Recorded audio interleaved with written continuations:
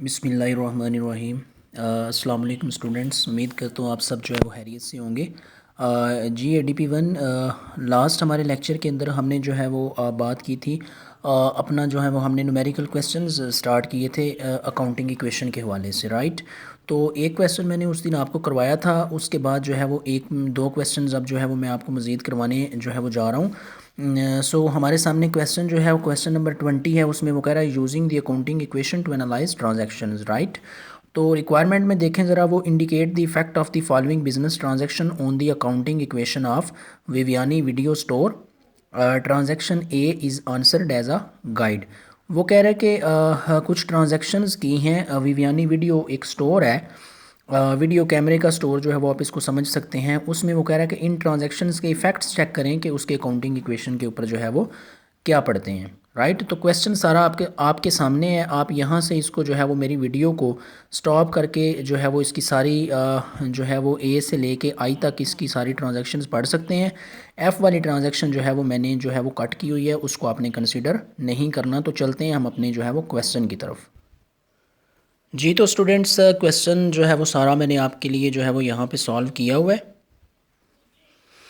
जी तो क्वेश्चन सारा आपके सामने यहाँ पे सॉल्व्ड है स्टूडेंट्स। जैसे मैंने ऊपर लिखा Viviani video store accounting equation, serial number का मैंने एक कॉलम बनाया, एसेट्स और equal to liabilities plus honours.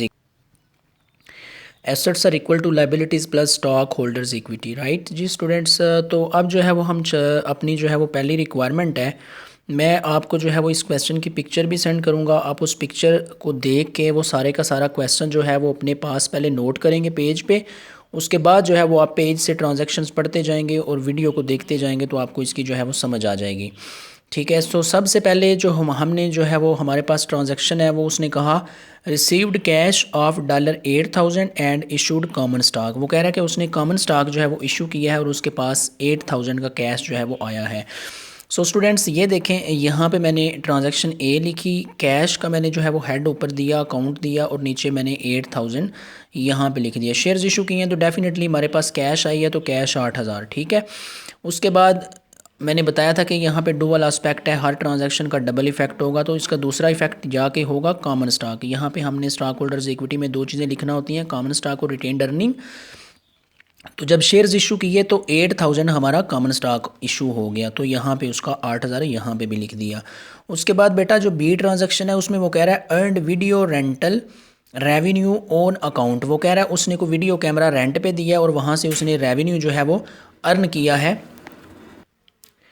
तो बेटा रेंट पे कैमरा दिया और वो कह रहा है कि उसने earned video rental revenue on account. बेटा जब ऑन अकाउंट या ऑन क्रेडिट की बात आ जाए तो आपने समझ लेना है कि यहाँ पे हमारा जो है वो जो भी ट्रांजैक्शन हो रही है वो उधार पे हो रही है, ठीक है। तो वो कह रहा है कि उसने वीडियो कैमरा रेंट पे दिया है और 1,800 रुपया उसने जो है वो रेवेन्यू जनरेट किया, लेकिन उसे रेवेन्यू कैश की सूरत में नहीं मिला, बल्कि उसे जो है वो अकाउंट रिसीवेबल मिला है। तो हमने यहाँ पे अकाउंट रिसीवेबल का हेड दिया, उसमें ये देखें मैंने जो है वो 1,800 यहाँ पे लिख दिया। उसके बाद जो है वो आपको पता है जितनी भी हमारी आमदनियाँ होती हैं वो हम रिटेन्ड अर्निंग्स में प्लस करते हैं, तो प्लस का 1,800 रिटेन्ड अर्निंग्स में आ गया, राइट। उसके बाद बेटा C transaction purchased office furniture on account. On account आ गया, मतलब हमने उधार ख़रीदा है। ऑफिस फर्नीचर हमने उधार ख़रीदा है बेटा 400 रुपये का, ठीक है। तो सी वाली ट्रांजैक्शन में देखें एक इसका इफेक्ट क्या होगा, यहाँ पे हमने फर्नीचर का हेड दिया, इसके नीचे हमने 400 लिख दिया कि 400 का फर्नीचर हमने जो है वो ख़रीद लिया। ये एसेट्स में 400 का आ गया, इजाफा हो गया। उसके बाद वो कह रहा है ओन अकाउंट। तो बेटा जब हम उधार चीज़ ख़रीदते हैं तो उस वक्त हम अकाउंट्स पेएबल साइन करके देते हैं, तो यहाँ पे मैंने लिखा अकाउंट पेएबल। उसके नीचे जो है वो बिल्कुल इस ट्रांजैक्शन के सामने मैंने यहाँ पे भी प्लस का 400 लिख दिया कि अब देखें ना 400 का फर्नीचर मैंने उधार ख़रीदा है, तो इसका मतलब है कि 400 रुपया मैंने देना है। सो ये यहाँ पे 400 यहाँ पे आ गया।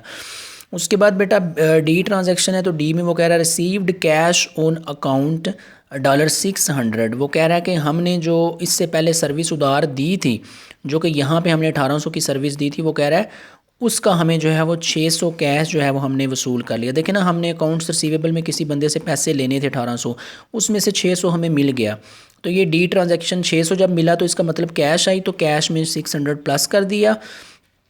और ये जो हमारा एसेट था अकाउंट रिसीवेबल, ये पहले 1800 का था, अब इसमें से 600 हमने वसूल कर लिया, तो इट मीन्स जो है वो 600 की इसमें कमी आ गई, तो यहाँ से हमने 1800 में से 600 माइनस कर दिया। तो इसका डबल इफेक्ट जो है वो इसी साइड पे हो जाएगा, एसेट साइड पे।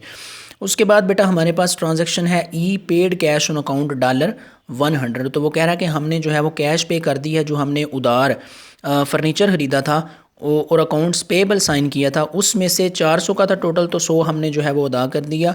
तो ये देखें बेटा यहाँ पे ई ट्रांजैक्शन, तो जब हमने कैश पे की तो कैश में 100 की कमी कर दें, तो ये देखें माइनस कर दिया कैश में से। और अकाउंट्स पेबल जो पहले हमारे 400 के थे उसमें से भी हमने 100 जो है वो अदा कर दिए, तो 400 में से -100 करके यहाँ पे -100 आ गया, राइट। उसके बाद बेटा एफ़ ट्रांजैक्शन को आपने जो है वो कंसीडर नहीं करना। जी पे आ जाएं, तो जी में वो कहता है rented videos and received cash of $300। वो कह रहा है वीडियो कैमरा उसने रेंट पे दिया और 300 कैश उसने वसूल किया, मतलब उसने रेवेन्यू कमाया, उसने इनकम कमाई। तो बेटा यहाँ पे देखें जी में 300 कैश आई, तो प्लस का 300 हमने कैश के नीचे लिख दिया, हेड के नीचे। और चूंकि आमदनी है तो आमदनी आपको पता है रिटेन्ड अर्निंग्स में प्लस, तो ये रिटेन्ड अर्निंग्स का हेड है बेटा, उसके नीचे हमने ये प्लस कर दी। उसके बाद बेटा हमारे पास एच पॉइंट है, तो एच में वो कहता है paid monthly office rent of $900।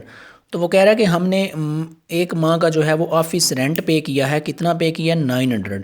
तो बेटा पहली चीज़ ये कि जब हमने पे किया तो इसका मतलब है कि कैश में कमी हुई, तो कैश के नीचे हमने माइनस कर दिया 900। उसके बाद आपको पता है ऑफिस रेंट, रेंट है हमारा एक्सपेंस, हमारा खर्चा है, तो आपको पता है एक्सपेंसेस जितने भी होते हैं वो हम रिटेन्ड अर्निंग्स में से माइनस करते हैं। तो ये देखें माइनस का 900 हमने यहाँ पे लिख दिया। उसके बाद बेटा आई पॉइंट है, तो आई में वो कहता है paid $200 cash to purchase supplies that will be used in the future. वो कह रहा है कि हमने $200 कैश पे किया है, क्या ख़रीदने के लिए, सप्लाइज़ ख़रीदने के लिए। बेटा सप्लाइज से मुराद आप स्टेशनरी भी कंसिडर कर सकते हैं, ठीक है, ये एसेट होता है एक।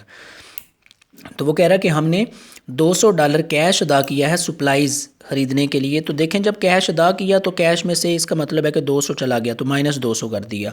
अब जहाँ पे हमने फर्नीचर लिखा हुआ था उसके बिल्कुल आगे हमने जो है वो प्लस सप्लाइज़ का हेड दे दिया, और सप्लाइज़ के नीचे चूँकि हमने ये ख़रीदी है, एसेट ख़रीदा है, तो +200 हमारा यहाँ पे भी बेटा आ गया।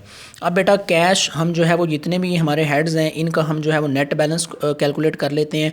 तो ये प्लस का, ये भी प्लस का, ये माइनस, ये प्लस, ये माइनस, ये भी माइनस, इनका जो है वो 7700 प्लस माइनस करके आ गया। इसी तरह इसको प्लस माइनस करें 1200 आ जाएगा, ये 400 ऐसे ही आ गया, ये 200 ऐसे ही आ गया, इनको ऐड किया तो इसका 9500 नेट बैलेंस आ गया एसेट साइड का। इसी तरह लाइबिलिटी साइड पे चले जाएं तो ये 400 माइनस 100 किया तो 300, ये 8000 एज इट इज़ जो है वो यहाँ पे आ जाएगा, और इनको प्लस माइनस करने के बाद हमारे पास 1200। इन तीनों को हमने जो है वो प्लस माइनस प्लस किया तो 9500 हमारे पास लाइबिलिटी साइड का बैलेंस भी आ गया। तो देखें बेटा दोनों साइड्स का बैलेंस इक्वल है, इट मीन्स क्वेश्चन हमारा जो है वो ठीक है।